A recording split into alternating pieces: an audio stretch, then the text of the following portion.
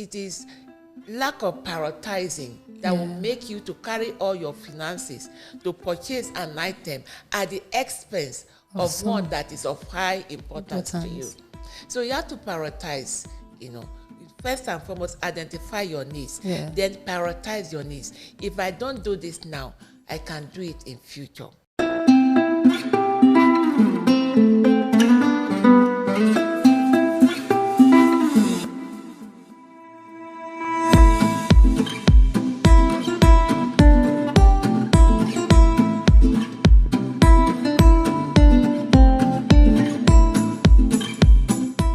Guys, welcome back to Real Talk with Ejay. We are here speaking with the queen herself, Mrs. Okpo, and we are talking about money management, wealth management. What are those things that we are doing wrong that is keeping us stranded financially? So I have a question. What do you think are the 3 or 4 money myths, the ideas that we believe about money that is not true? People feel like money is this, money is that, but it's not. It's far from the truth. Like some people say, like money is supposed to be, like you said, money is supposed to serve you, not you serving money. So a lot of people have grown to feel like, okay, I have to get the money. Money is, without this I can't survive. Without this, but can we really truly survive without money? Is it so important in our lives? Well, before now, there was a means of trade. Yeah. Actually, how money came to be.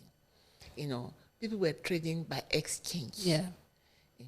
So it got to a point where the exchange could no longer work because, if somebody has, like, you have chicken, you have eggs, and then this other person has vegetables, So how do you quantify what number of eggs can you give for a bunch of vegetable, And then if you have to give somebody, or maybe they want to give half a goat, this your land is what half a goat. So how do you begin to divide the goats, into two?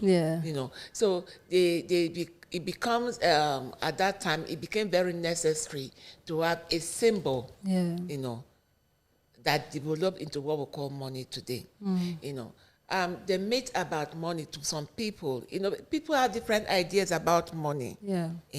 To some people, they feel that money is for spending. This money is for spending.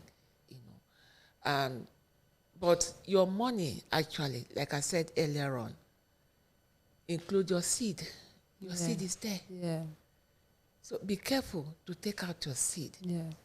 It's like when you have a planting season, the farmer doesn't eat all the seeds. He keeps some for the next planting season. So if you eat up your seed, you won't have anything to plant. Then also, people feel that money is the root of all evil. No. Money is not the root of all evil. It's the love of it.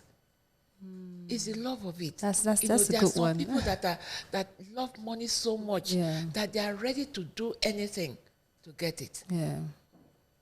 And if you are ready to do anything to get money, then be ready to do anything to keep it. Yep. So, and then another thing that myth about money that people don't understand. Money doesn't really belong to anybody. Interesting. Money doesn't belong to anybody. To expatiate that further, like you have 1,000 naira note, and they say this 1,000 naira is my own. And put your name on it. And put your name on it. When you spend it, it goes to somebody else. So your name will just be going around. It may not even come back to you ever. So money doesn't belong to anybody. And then another mistake people make is, our interpretation of money. Like Nakon said, biarako. There are some people that the interpretation means kill the money. Kill the money, spoil the money. So our interpretation, our connection, the way we address money also matters. Because it's spoken word. We are speaking it. To be. And another thing, money has wings. it flies. Yeah. It flies. Yeah. So that is where the management comes in. Yeah. It flies, And over the years, like you did mention, I like keeping track of my expenses. Because sometimes you can have 100,000, for instance, and before you know it, it's gone. And you don't know what you spent. And you sit down and be cracking your head. What in God's name did I use? The 100,000 that somebody just gave me yesterday. Yeah. If care is not taken, depression can set in. Yeah. You feel so bad that you had 100,000. Yeah. You can't account for it. You can't account for it. You don't know how you spent it. Yeah. It's gone. You know. But when you are careful to put it down. Yeah. Okay. I spent X naira on this. I spent Y naira on that. Yeah. So anytime that thought comes to you, I had 100,000, you blew it. You just refer to your note. Okay. This is where it went to, and it helps you track. And then it helps to track the money. Yeah. And it will give you a peace of mind that the money was not frivolously spent. Yeah. Because when you spend money frivolously, it will run away from you. Yes, and I think just to finally, people chase after money. Run after money. Chase this money. Yeah, chase it. The more you chase it, the more it runs away from you. I think when I heard that, I think my thoughts on that quote is, if you chase after money, you are never going to catch it. At all. So what you do, you have to stand and manifest something in you that would attract the money, and then the money now comes to you. Another thing that you said about money does not belong to you. I believe that we are all, like you said, we are all, like as a child of God, you are a vessel, and we are a vessel and a channel. So whatever money comes to you, is God has sent that money through you for an errand. Yes. So it doesn't belong to you. So He's the one that gave you the money. So He will tell you, okay, this 10,000 give to this person, 20,000 give to that person. And the moment you now hoard it, you say, no, God, I just got this money just now. If I give 10,000, I only have like 90,000 left from this 100,000. You are blocking the flow that God wanted to use you to do in the world. Exactly. And then when you do that, there's a clog. It's like having your hands full.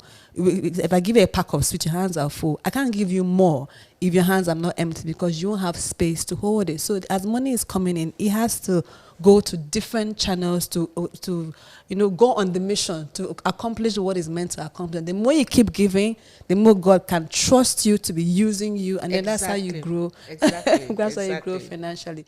So now, looking at us now, the millennials, we're all talking about cryptocurrency. Do you think that's the real financial future? Cryptocurrency, how well do you think is it positive or negative? Why are we so craving about it, and is that a good thing? Honestly, that cryptocurrency thing, I've tried to gain understanding into it, but I just can't keep track. Yeah. Someone like me, I like to know where my money is going to. A situation where they said your money is virtual. It's hanging in the air. It's on the system. Yeah. Who is keeping it? It's just there. How is it spent? You don't know. Yeah. They call it finances of the future. Yeah. Well, we in the older generation, we like to see where our money is going to and where our money is being kept. So it's something that if it's properly developed, because right now the information about it, the vibe about it is that it's used by fraudsters to hide, a lot of fraudulent transactions. Because when it goes into crypto, it cannot be traced. Cannot be tracked. That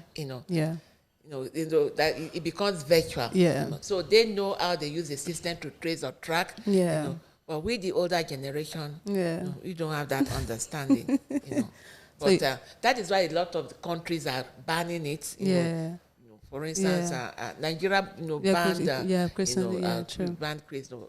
I think the cryptocurrency or the Bitcoin or whatever. Other countries are following suit. So I'm thinking that if it was something that was in the best interest of the public, it should not have been banned. But maybe, never can say in the future, people will come to understand it better and then be able to use it. Yeah. But right now, it's still, hazy for a lot of people.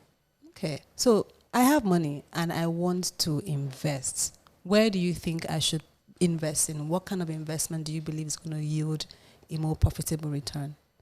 There are so many types of investment, you know. There are so many types of investment. There are low risk investment. Yeah. Of course, when you go into low risk investment, then the returns is going to be low. Yeah. There are medium risk investment, there's high risk investment. High risk investment pays better, but you stand the risk of losing your money. Yeah. So it depends on your, you know, Capacity. you know, not just capacity, your mindset. What do you want? Yeah. You know, because you don't just get up and say, okay, I want to invest. Yeah. You know, you must identify, why do you want to invest? Yeah. Okay, I want to invest so that I can pay my child's university fees in Harvard in the next 10 years. Yeah. That's why you are investing. Okay, you have a goal. Yeah. You know, so first and foremost, you have to identify your goal. Yeah. Or you want to build a house. Yeah. Or you want to go on, a luxury holiday. Yeah. It depends on what you want. It depends on your goal. Yeah. Your goal will determine your time frame, and then the returns you're going to get on you.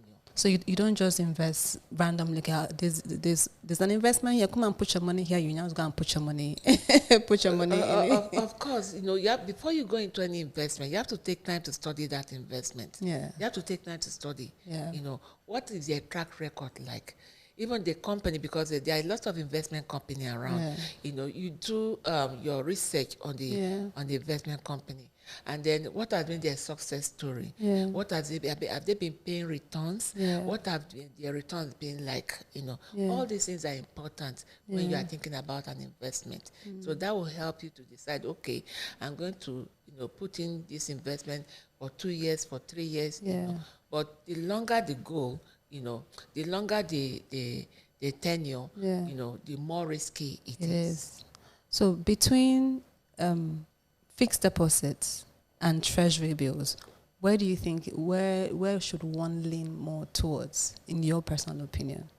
Well, every investment have their limited funds. Okay. You know, so you can't have 50,000 and said you want to go. You know, there are some investments that have their targets. Yeah. You know, the limit of the fund, the minimum you can put into this investment is this. Yeah. For fixed deposit, any amount can go. Okay. Depending on the bank. Yeah. You know, but for treasury bills, they have a specific amount. Yeah. You know, so fixed deposit, the rate is decided by the bank. Yeah. You know, and the rates are lower. Because there's little or no risk in fixed deposit. You know, and fixed deposit is something that you can do in a short term. Yeah. You know, maybe in a month or in 6 months or 1 year. Yeah. You know, treasury bills is annually, it's yearly. You know. True. So different investments have their different time frame and the different tenure. You know? Okay. So which one? So it depends on the amount, and it depends on your goal. Yeah. You know, and it depends on your duration. Yes. So the younger generation that are so money conscious and money hungry, and I want to blow, they're not understanding process. What advice would you give to them? To know, like what financial advice would you like them to, you know, take on and understand that they don't understand right now? Like I used to tell a lot of people, the younger generation seems to be in such a hurry. Yeah, they're in a hurry, and I tell the ones that come across, I tell them that when you want to get those things, those goods, want to build houses, want to drive the best of cars, you are like fast forwarding your life. Yeah. You know. Now, okay, if you do that now, what will you do when you are 60? Yeah. You know. Yeah. You know, what capacity do you have to maintain the money you're looking for? That's lifestyle. You know, maybe for instance, if you are like 25, 30, and if you have to live up till 80, 90, and then you get this money, whatever means now, build these houses, whatever means now, how are you going to sustain them for the next 50 years? So rather you go, you understand the process, and then you grow gradually. God is a God of process. You know, he will make you to understand a certain point, you know, before he moves you to another level. So the way God operates with us, he deals with us according to our understanding. There is certain understanding you need to have about life, you know. So if you don't have that understanding, you will falter. So for the younger generation, I would say they should be patient and learn the ropes. And learn the ropes. Because whether you like it or not, you have to go through you can't jump the gun. You have to go through that process. There has to be a period in your life where you are on ground zero. Then it is at that period in your life that ideas will start coming to you. A lot of the people that you say are running, like people like Dangote and so many people that are running large businesses now. You know, it was when they were in their ground zero that the ideas started forming in their heads. And then it started building. It started walking towards that, towards the idea that they have. And today they are where they are. Wow. Ladies and gentlemen, please, Mrs. Okpo, the one and only. Thank you so much. I've learned so much from this, and I hope you guys have learned something too. I am committed to growth. I always say that I am committed and I'm addicted to growth, and I always want to learn. I always want to do better. Submitting to the process is the easiest thing you can do, because the moment you fight, when you continue to fight the process, you are going to be constantly frustrated. So the only way you can attain growth is by standing still and learning through the process. And then when you learn through the process, there's something about gradual growth. Warren Buffett said a lot of young people are broke because they are not willing to grow. They're not willing to start from just little. This is Warren Buffett, one of the richest men in the world. They're not willing to start little. They want it big, and they want it big, and they want it big now. But when you say, okay, fine, if you learn everything from the root, you know how to tie everything in the foundation. You know that, okay, if I build this foundation right, the mansion that I want to build will be sustained because the foundation was done right. But if you start from the top, there is no way to grow to. There's no way to go to. So you're already up there. So and there's so much gap exactly. in between. So there's nothing to grow to. So, and then when you fall, the fall is very drastic because there's nothing to cushion the fall because there was no process. But when you grow with process, so there are ladders, there are steps. Even when you fall, it's just a little bit, but you can still push yourself back up again. And then in that period of growth, you know, you make a lot of mistakes. Yes, definitely. And then that mistake is part of growth. Because it will help you. You know. Like some people, you just stumble on something, you would like, okay, so this is what it is. You have learned something. You know, that is going to help you in future. So your mistakes will become stepping stones for you in the process of growing. So let's not get upset about the mistakes, but let's look at it like this is an opportunity for growth. Exactly. So what did I do wrong? How can I do it better? And try it again with this new idea, and then boom, you say get your answer. And the final that I just want to advise that you know, like I talked about identifying your priorities. You know, you don't spend more than you earn. A lot of people spend more than they earn. It's a strategy. You know, also, like I used to tell myself, before I spend 1 naira, I have 10. If I don't have a fallback, I cannot, you know, spend all what I have. You know, and then learn to grow your finances. You know, and do something with your hands. It's not just education. Some people like, oh, because I don't have education. You know, God puts give people different talents, put different talent into people. You know, for instance, even as a child, you know, when somebody talks to you rudely, you don't need an education to know that, oh, that was rude. That was rude. You know, and then you don't need an education for you to know that, oh, this dress I'm wearing is dirty. You don't need an education to know that you are hungry. You know, so there are things that comes to you naturally. You know, so everybody there's nobody nobody that is useless. Everybody has a talent. What can you do with yours? You know, for instance, if you have a barbing salon, you start barbing, you know, and you barb very well. Be diligent, do it well. And then the process, you know, you can bring in something like you know, start selling mineral. You are taking part of your proceed to invest. You know, gradually you add chin. Gradually you add meat pie. You know, you are expanding. There's a growth process. You know, there's a growth process. You know, so just before we go, you said something about so. If before you spend 1,000, you have 10. Yes. So there are people that feel like, okay, I just gave my last card. Like, would you advise if I have just 5,000 and then somebody comes, oh, I need 5,000? It's like and if you don't give, it now looks like, you now feels like, oh, this person is stingy. You're greedy. You have 5,000. Your brother needs 4,000, and you're not giving 4,000, or you're not giving the whole 5. Is it advisable to empty your accounts in the name of trying to give? What does the person need the money for? Is he really in need? You know, that you have to try to find out, is he really in need? And if there's anything that you can do, is to try as much as you can to avoid borrowing. Borrowing is like negative finance, it's minus. You know, I learned that quite early, that borrowing is minus. Because if you borrow 10,000 from someone, for instance, if you have 50, your money is 40 actually. Because there's a minus. There's a minus there. For you. So you try as much as you can not to borrow. But that notwithstanding, there are some people that are really, really, really in need. You know, like you need to give a helping hand. In that case, you find out, is that person really, really, really in need?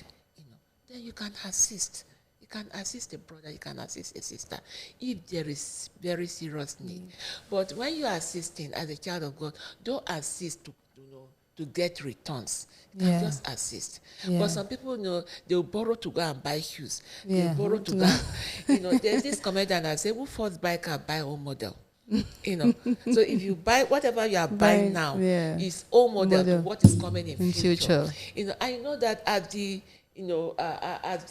years go by, new things, you know, technology is turning out new things. You know, the kind of phones that we are carrying now, 10 years ago, those are not the kind of phones. So who bought phone at that time? You know, so why are you in a hurry when these things are coming out every year? But rather, take time to grow. Take time to grow your finances. Take time to grow yourself. Take time to gain knowledge and understanding. You know, you will get, yours will be the newest. Yours will be the latest model. You know, and then it will come with an understanding. True. And then one takeaway is never give out or borrow money that you can't let go of. Don't. It's like if you know that someone comes, I need to borrow 100K, and you know that you cannot give that 100K, just give it and then remove your mind from them. Don't bother. Exactly. Oh, guys, ladies and gentlemen, thank you so much. Today was rather a mind-blowing session. Well, this is Real Talk with Ejay. I am your host again, Ejay, and I'll see you guys next time. Stick around.